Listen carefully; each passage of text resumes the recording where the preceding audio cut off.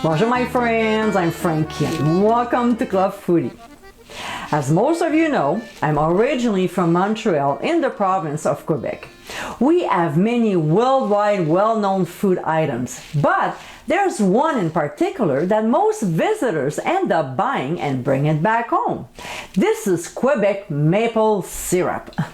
In today's episode, I'll show you how to make my squash à la Canadienne.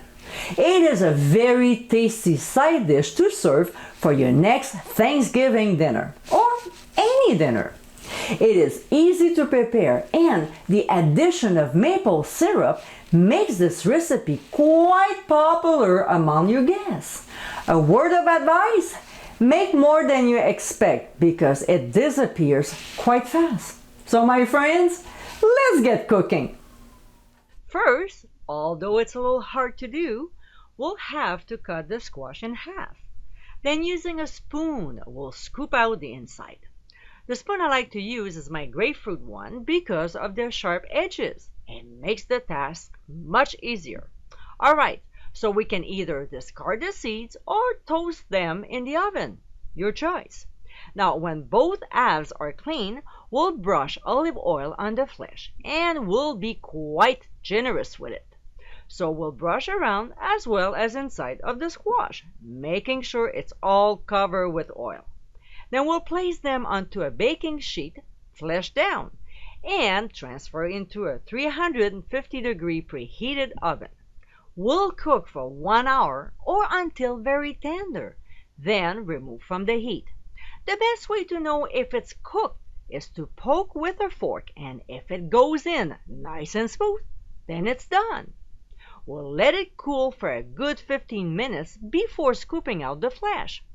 To this, we'll add butter, 1 tablespoon of maple syrup, but you can always use more if you want to, and freshly ground black pepper.